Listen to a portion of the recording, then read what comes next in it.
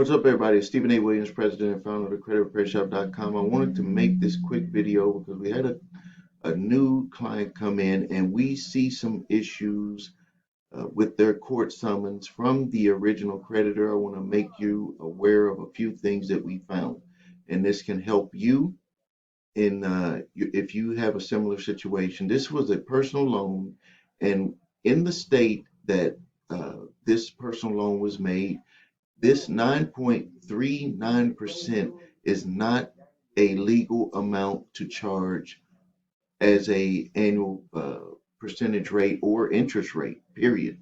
They are not allowed to charge this percentage. So this is not legal. The max is 8% if you have an agreement. The norm is 6% for a personal loan. So that's going to be something that's going to be brought up in the court summons response. Another thing here is that this individual signed for this credit life insurance.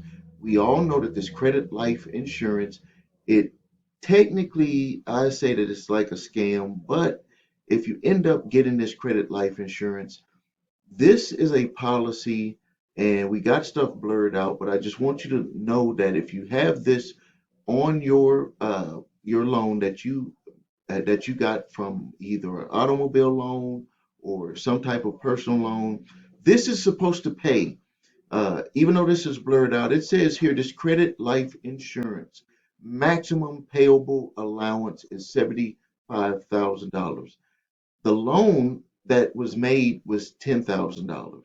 So it has up to 180 months of payments that it would make under this credit life insurance.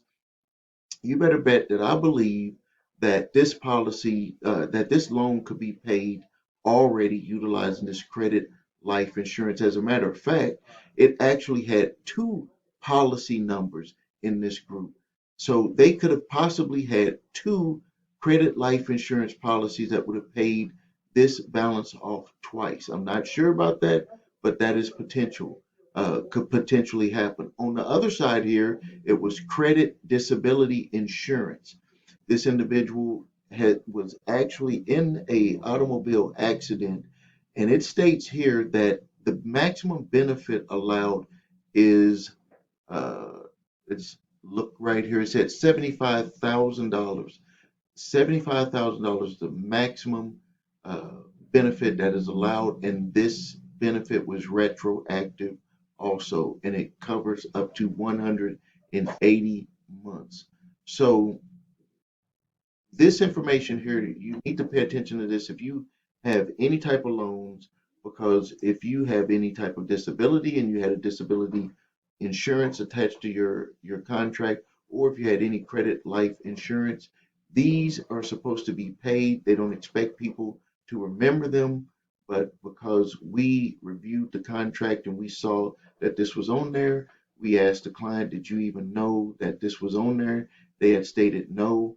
The reason why a lot of people get these attached on there is that they don't know about it, and the lenders, the underwriters, would not underwrite the loan if they were not placed on there. So a lot of people get suckered into getting these, but they can end up paying off in the end if you run into a situation like this client. So if you need help with your credit, please visit us at creditrepairshop.com. Watch video what makes us different, so you can see my 8-point validation process, my two-phase settlement process. If you need your credit reports and scores, go to the website your3scores.com. That is the company that we utilize to get your TransUnion, Equifax, Experian credit reports. We are an affiliate with that service. If you have debt collectors coming after you in court, there's a link below this video where you can check out what we can do to help you with your court summons response. We will review your specific situation, let you know how we can help you. We will review it if it's a third-party debt collector and if it's an original creditor. There's a link below this video so you can get to the page to submit your information. If you have debt collectors coming after you, grab my 3-pack of letters, statute of limitations letter for debt that is past the legal statute of limitations to collect, or the debt validation letter and the cease and desist collection activities letter, not to be confused with the cease and desist communication letter. This is a cease and desist collection activities letter to make them prove every item that they're claiming, the amount that they're claiming, and the debt that they're claiming that you owe. Thank you for your time. Please subscribe to the channel. Please post your questions and comments. It's Stephen A. Williams, President and founder of the creditrepairshop.com.